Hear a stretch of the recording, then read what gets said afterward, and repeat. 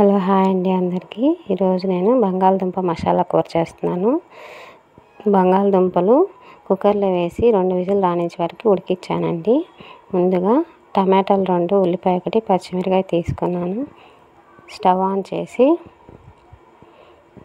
Pan పెట్టి oil వేసానండి. Oil heat అయిన తర్వాత ఉల్లిపాయలు బాగా వేగాలండి. గోల్డెన్ బ్రౌన్ కలర్ వచ్చిన తర్వాత చెక్క లవంగా కూడా వేసుకున్నాను. ఉల్లిపాయలు బాగా వేగిపోయిన తర్వాత అల్లం చిన్నులపాయ పేస్ట్ వేసుకున్నానండి. అల్లం చిన్నులపాయ పేస్ట్ పచ్చివాసన పోయేంత వరకు వేపాలి. వేపిన తర్వాత పచ్చిమిర్చి టమాటా కూడా యాడ్ చేస్తున్నాను. కొంచెం ఉప్పు, కొంచెం కారం, కొంచెం పసుపు కూడా యాడ్ చేస్తున్నాను అండి. టేస్ట్కి సరిపడినంత వేసుకుంటే సరిపోతుంది.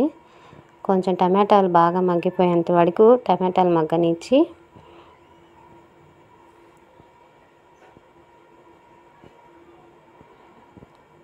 కొంచెం కరివేపాకు వేసి కాసేపు మూత పెట్టి మగ్గనిద్దామండి. టమాటాలు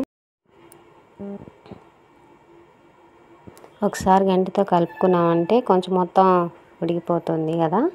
ఉడికిపెట్టిన బంగాళదుంపలు చెక్కు తీసానండి. చెక్కు తీసి సన్న ముక్కలు క్యూబ్స్ లాగా కోసుకున్నాను. ఆ ముక్కల్ని ఈ కూరలోకి వేసి బాగా కలిపేయాలండి. ఒక 2 నిమిషాలు కలిపి మూత పెట్టుకున్నా అంటే ఉప్పు కారం కూరకు పడుతుంది.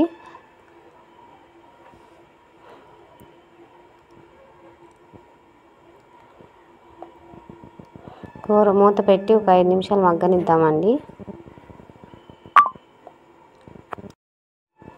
మగ్గిన తర్వాత కొంచెం వాటర్ వేసి కలుపుకున్నామంటే ఒక 5 నిమిషాలు మగ్గనిచ్చేస్తే అయిపోతుంది.